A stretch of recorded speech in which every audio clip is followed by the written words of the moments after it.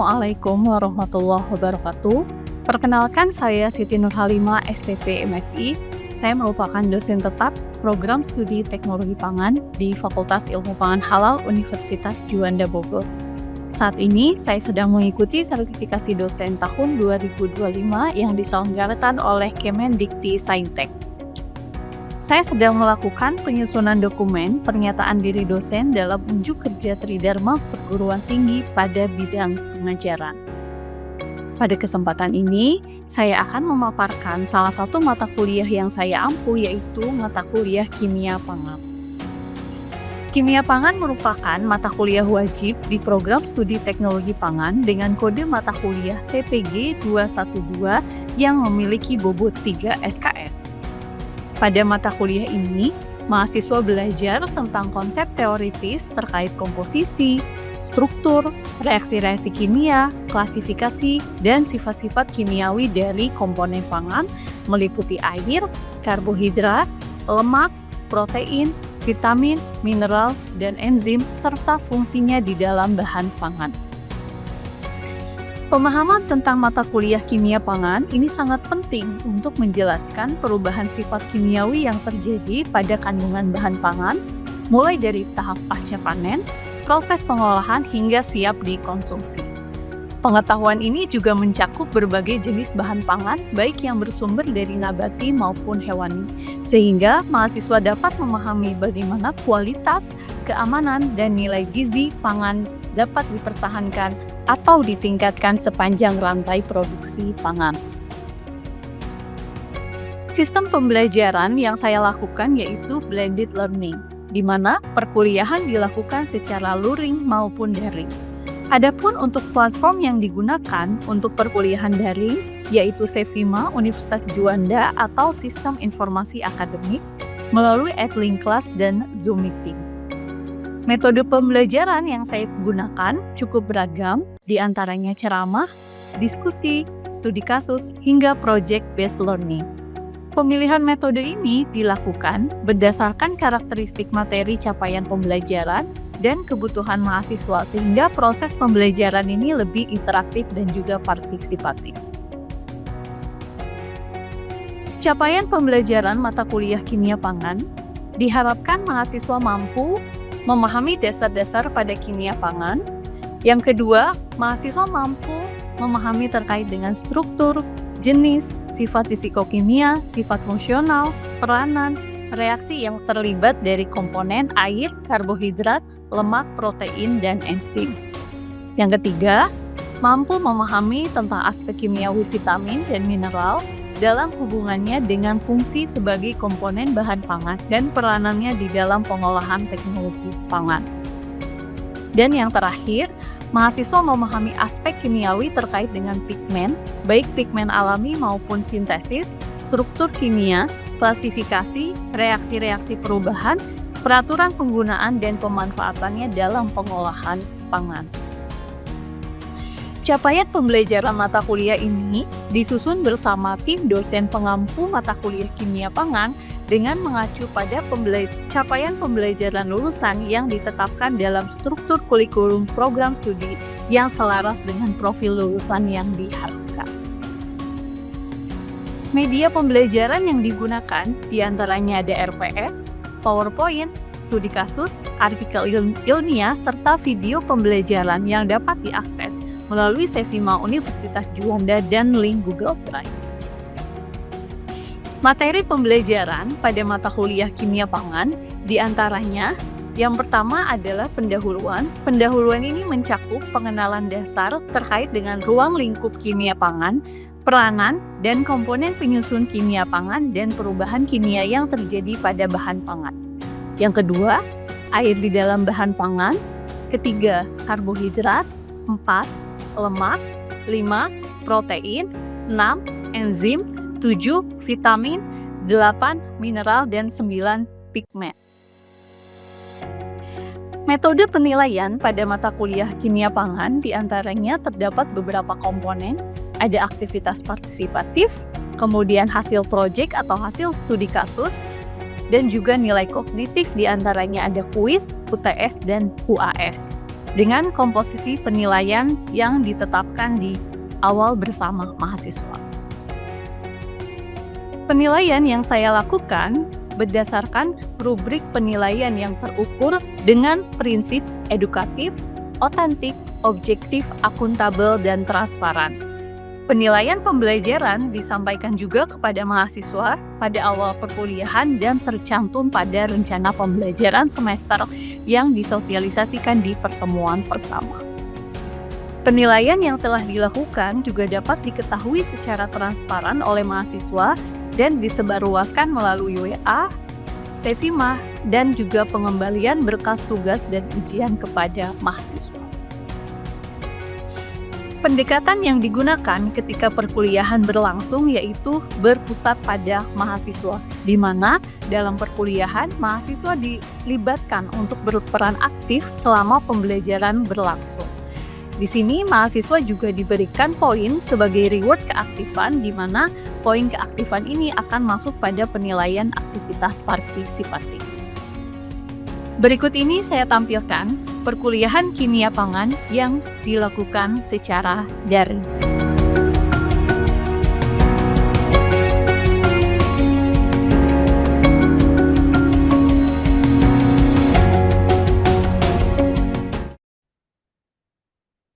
Bismillahirrahmanirrahim. Assalamualaikum warahmatullahi wabarakatuh.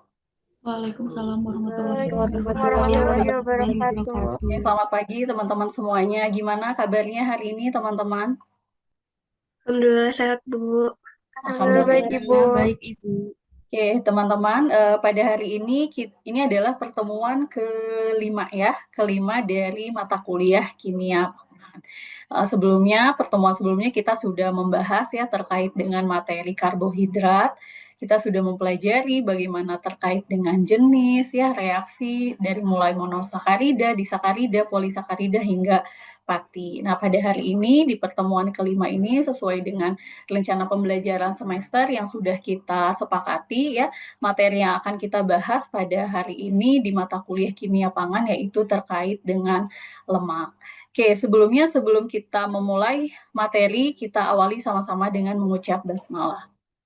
Bismillahirrahmanirrahim. Sudah muncul share screen di layar teman-teman sekalian? Sudah, Bu. Sudah, Ibu. Oke. Baik, kita mulai ya teman-teman. Hari ini kita membahas terkait dengan materi lemak dan minyak ya. Ini merupakan pertemuan kelima pada mata kuliah kimia pangan. Sama dengan materi karbohidrat dan air sebelumnya ya, lemak ini terbagi menjadi dua pertemuan ya. Ada lemak dan minyak pada bagian satu yang kita sampaikan pada hari ini. Kemudian di minggu depan kita lanjutkan dengan lemak dan minyak pada bagian yang kedua. Oke, adapun untuk sub capaian pembelajaran mata kuliah pada materi lemak dan minyak hari ini adalah mahasiswa mampu menjelaskan terkait dengan lemak dan minyak, ikatan dan jenis lemak atau minyak yang ada di dalam bahan pangan. Untuk bahan kajian yang akan kita bahas diantaranya definisi lemak, lemak jenuh dan tak jenuh, struktur, jenis, dan juga contoh-contohnya. Oke, baik. Nah, di sini ada gambar ya di layar teman-teman. Ini mungkin yang sering kita makan ya hari-hari. Ini ada sup. Nah, kira-kira kalau teman-teman lihat gambar sup ini yang terfikir di teman-teman sekalian apa nih? Komponen apa yang terkandung di dalamnya? Silakan. Ada apa saja? Ada lemaknya, Bu, di Oke, dalam. lemak. Oke, betul, Anissa. Kemudian ada apa lagi kira-kira selain lemak? Ada air. Ada air, betul. Ada minyaknya, Ibu. Oke, minyak ya. Jadi betul ya, sebetulnya banyak komponen yang terdapat di dalam sebuah sup ini ya. Dari mulai air ya tadi disebutkan, kemudian ada juga protein ya, bisa bersumber dari daging ataupun dari ayam, walaupun di sini nggak kelihatan ya daging sama ayamnya mungkin mendem di bawah ya mereka. Atau jumlahnya yang sedikit gitu ya. Nah, kemudian yang paling menarik perhatian di sini ya karena dia juga adanya di lapisan ya. Jadi dia tidak bercampur dengan air ya. Dia ada di permukaan ya posisinya. Nah, ini yang terlihat di sini ya teman-teman, dia itu merupakan lapisan dari lemak gitu. Nah, lapisan lemak ini dia bisa bersumber dari berbagai macam ya, bisa dari sumbernya dari minyak goreng itu sendiri, atau bisa dari lemak yang ada pada daging ya. Nah, ini dia posisinya di permukaan. Kenapa demikian? Nah, akan kita bahas pada materi hari ini. Oke, nah ini sebelum kita berbicara terkait dengan lemak, kita bahas dulu molekul yang lebih besarnya. Nah, di sini ada lipida ya. Jadi lipid itu merupakan senyawa bermolekul besar ya yang dia memiliki sifat nonpolar. Nah, lipid ini terbagi menjadi beberapa kelas ya, ada lipid sederhana, ada lipid komposit, sphingolipid dan juga ada turunan lipid. Bagaimana posisi lemak dan minyak ya? Lemak dan minyak ini dia termasuk ke dalam kelas lipid sederhana karena dia termasuk atau dia memiliki dua komponen yaitu gliserol dan asam lemak. Oke. Lalu ini adalah definisi dari lemak dan minyak ya. Jadi lemak dan minyak itu dia bagian dari kelompok lipid, yaitu lipid sederhana tersusun dari dua komponen dan dia merupakan senyawa ester nonpolar yang tidak larut dalam air. Nah, lipid ini dia bisa lemak ini dia bisa bersumber dari hewani ataupun nabati. Nah, untuk komponen penyusun pada lemak ini ya dia tersusun atas karbon, hidrogen dan juga oksigen. Nah, perbedaannya dia sama ya dengan karbohidrat untuk komponen penyusunnya, yang membedakan adalah jumlahnya. Pada lemak dia memiliki oksigen yang lebih kecil dan hidrogen yang lebih banyak dibandingkan dengan karbohidrat. Nah, kemudian lemak atau minyak itu disebut juga sebagai trigliserida, di mana trigliserida ini merupakan triester asam lemak dengan gliserol yang menyusun kelas lipid yang dikenal sebagai lemak dan minyak. Nah, lemak dan minyak ini diklasifikasikan menjadi dua, dibedakan menjadi dua ya. Itu ada yang disebut dengan lemak dan minyak. Nah, ini dibedakan berdasarkan tingkat ketidakjenuhannya. Di mana ketidakjenuhan ini dia mempengaruhi kepadatan pada si minyak itu, di mana lemak itu dia punya merupakan trigliserida yang padat karena memiliki asam lemak jenuh yang lebih banyak, sedangkan minyak ini dia berbentuk cair karena memiliki asam lemak tidak jenuh yang lebih banyak. Oke, ini peranannya minyak dan lemak ya. Nanti akan kita lebih dalam bahas di minggu depan. Nah, kemudian berbicara terkait dengan komponen lemak dan minyak ya. Minyak dan lemak ini tersusun atas dua komponen ya, ada gliserol dan juga asam lemak. Nah, gliserol ini dia merupakan 3 atom karbon ya yang mengikat gugus hidroksil, 3 gugus hidroksil. Nah, ketiga gugus ini dia bersifat reaktif sehingga dia bisa bereaksi dengan asam lemak melalui reaksi esterifikasi. Nah, sedangkan asam lemak ini dia merupakan segolongan dari asam karboksila ya. Jadi asam lemak ini dia tersusun atas dua ujung ya, ada ujung ini yang gugus asam ya, dia berujung hidrofobik ya, dan juga dia memiliki ujung yang polar atau hidrofilik. Jadi kalau asam lemak itu dia ada dua ujung yang beda ya. Ada ujung yang polar dan juga ada ujung yang non polar gitu. Sehingga menyebabkan dia bisa beresterifikasi dengan gliserol. Nah, untuk klasifikasi asam lemak ya, asam lemak ini dibedakan atas 3 ya, ada asam lemak jenuh, asam lemak tidak jenuh tunggal, dan asam lemak tidak jenuh ganda. Yang membedakan adalah jumlah ikatan rangkapnya. Oke, nah ini asam lemak jenuh artinya dia tidak memiliki ikatan rangkap nih. Teman-teman bisa lihat ya. Nah, kemudian kalau asam lemak tidak jenuh tunggal artinya dia memiliki satu ikatan rangkap. Nah, di sini pada C nomor 3 dan C nomor 4. Sedangkan pada asam lemak jenuh tidak jenuh rangkap itu dia memiliki lebih dari satu ikatan rangkapnya ya. Ini bisa terlihat ya. Yang pertama di C nomor 3 dan nomor 4, dan yang kedua adalah di C nomor 6 dan nomor 7. Oke, ini perbedaannya ya antara asam lemak jenuh, nih yang atas ya, asam butirat, dia tidak ada ikatan rangkap. Kemudian ini ada asam oleat ya, dia asam lemak tidak jenuh tunggal ya. Kemudian ada asam linoleat, dia memiliki asam lemak tidak jenuh ganda. Oke, nah ini perbedaannya ya teman-teman. Ini untuk asam lemak jenuh, ini tidak jenuh tunggal, ini tidak jenuh lebih dari satu ya, poli ya. Ini 2, ini 3. Oke, kemudian ini ada pengaruh titik leleh terhadap kelarutan asam lemak. Jadi titik leleh ini dipengaruhi oleh jumlah karbon. Jadi semakin dia panjang, itu dia titik lelehnya semakin kecil gitu, semakin sulit larut ya di dalam air ya. Kemudian ikatan rangkap juga dia berpengaruh terhadap titik leleh ya, di mana semakin tinggi ya atau semakin banyak ikatan rangkapnya itu maka memiliki titik leleh yang tinggi, artinya dia lebih mudah leleh gitu ya. Nah, kemudian ini beberapa contoh terkait dengan asam lemak jenuh ya, asam lemak tidak jenuh ganda dan asam lemak tidak jenuh tunggal. Oke. Nah, mungkin itu ya teman-teman untuk penyampaian materi pada materi lemak dan minyak bagian pertama. Silakan barangkali ada yang perlu ditanyakan, ada yang mau ditanyakan? Ibu, saya izin bertanya. Oke, silakan. Siapa ini? Ibu, saya Siti Oke, Irahman dengan Siti Ira. NIM B.211073. Izin Oke, bertanya. Tadi Ibu terkait struktur lemak. Struktur asam lemak itu memiliki dua ujung polar, yaitu ada eh, polar dan non-polar. Dan tadi sempat disinggung terkait reaksi esterifikasi. Mungkin saya meminta penjelasannya kenapa hal tersebut itu bisa terjadi, gitu, Bu, reaksi oke. tersebut. Oke, baik. Terima kasih Itu pertanyaannya, sekilas Ira, Bu. ya. Jadi terkait dengan ini ya, struktur pada asam lemak ya. Jadi asam lemak itu dia punya dua ujung ya, ada ujung polar dan ujung non-polar. Lalu bagaimana mereka beresterifikasi seperti itu ya.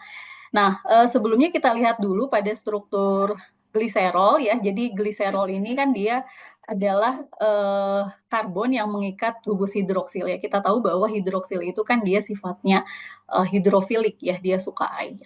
Nah, kemudian si asam lemak ini ya dia memiliki dua ujung, ada ujung polar ya yang bersifat hidrofilik dan juga ada ekor yang bersifat larut lemak. Nah, si ujung polar ini dia yang akan beresterifikasi dengan gliserol ya. Jadi berikatan.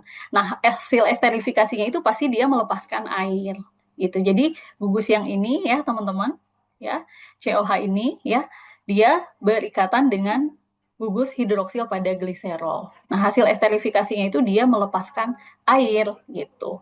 Nah, kemudian gliserol ini kan dia punya tiga ya, tiga gugus ya, sehingga tiga gugus itu bisa diisi oleh tiga asam lemak, makanya disebut trigliserida. Lalu pertanyaannya kalau dua asam lemak bisa nggak? Ya bisa gitu. Jadi bisa ada satu asam lemak yang berikatan kita sebut sebagai monogliserida, kemudian kalau dua kita sebut sebagai digliserida, kalau tiga kita sebut sebagai trigliserida. Dan juga pada asam lemak ini juga dia bisa diisi dengan jenis asam lemak yang sama ataupun bisa diisi dengan asam lemak yang berbeda-beda. Seperti itu. Bagaimana Ira? Ibu, terima kasih. Oke. Nah, baik teman-teman, mungkin untuk meningkatkan pemahaman pada materi hari ini, saya ada kuis ya, tapi kuisnya berbeda dari sebelumnya ya, tidak menggunakan aplikasi Quizizz. Jadi saya akan menyampaikan beberapa soal di PPT, nanti teman-teman bisa langsung jawab ya. Seperti biasa yang bisa menjawab nanti saya memberikan poin ya untuk penilaian keaktifan ya. Silakan ya teman-teman, sebentar saya share terlebih dahulu untuk kuisnya. Oke, sudah muncul di layar teman-teman sekalian. Sudah, Ibu. Sudah, Oke, Bu. Sudah, Ibu. Sudah, nanti Ibu. bisa raise hand ya atau langsung on mic saja. Oke, ini soal yang pertama, silakan. Izin menjawab, Ibu. Siapa? Ini, sebutkan namanya ya. Ganim Oke, B211. Anissa.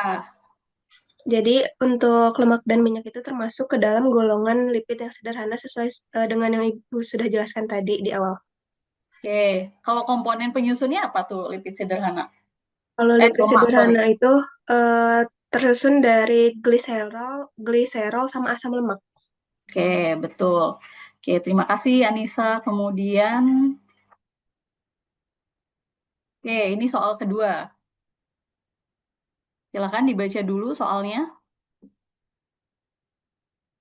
Ini pernyataan yang benar terkait dengan lemak, ya. Mana yang benar pernyataannya?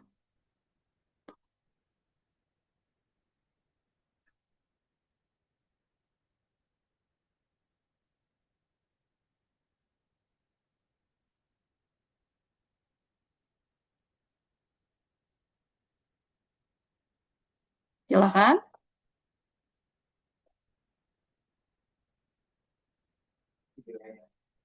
Ibu izin jawab. Oke, Ayu. Apa jawabannya, yuk? Jawabannya A sama D, Ibu. A sama A D. sama C, Ibu. Oke, A sama C. Berarti yang mana nih? Kalau dari sini A, B, C, D, E. Yang D. Yang D, Oke, Ibu. jawaban A dan C benar ya. Jadi pernyataan terkait dengan lemak ya, struktur kimianya terdiri dari karbonil dan ujung metil, betul ya. Kelarutan asam lemak ya semakin besar kalau semakin banyak jumlah atom C ya. Kemudian eh ini oke. Titik leleh semakin rendah dengan semakin banyaknya ikatan rangkap. Kebalikannya ya, harusnya kalau titik lelehnya kalau ikatan rangkapnya semakin banyak, harusnya titik lelehnya semakin tinggi ya. Jadi dia lebih mudah meleleh gitu. Oke, mungkin satu lagi ya, teman-teman.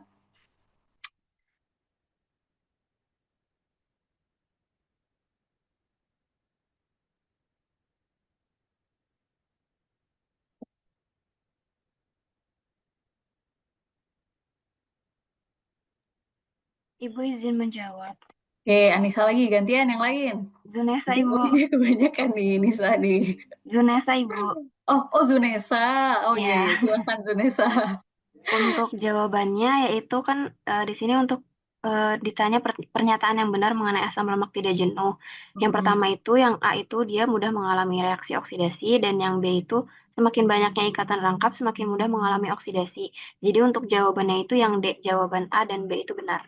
Oke, betul ya. Jadi semakin dia banyak ikatan rangkapnya, dia semakin mudah mengalami oksidasi. Kenapa yang C salah kira-kira? Yang C bukan pernyataan benar.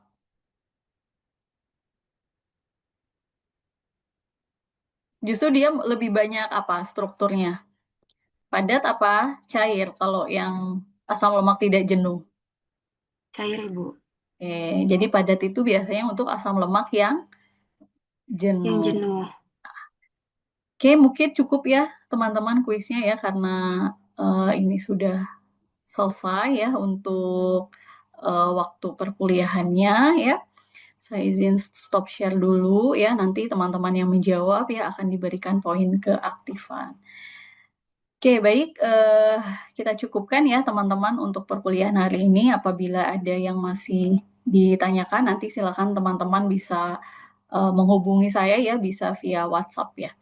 Oke, terima kasih semuanya. Kita tutup dengan hamdalah. Alhamdulillahirabbil alamin dan juga doa penutup majelis. Subhanakallahumma wa bihamdika asyhadu an la ilaha illa anta astaghfiruka wa atubu ilaik. Terima kasih semuanya. Sehat selalu. Assalamualaikum warahmatullahi wabarakatuh. Waalaikumsalam Waalaikumsalam warahmatullahi warahmatullahi wabarakatuh. wabarakatuh.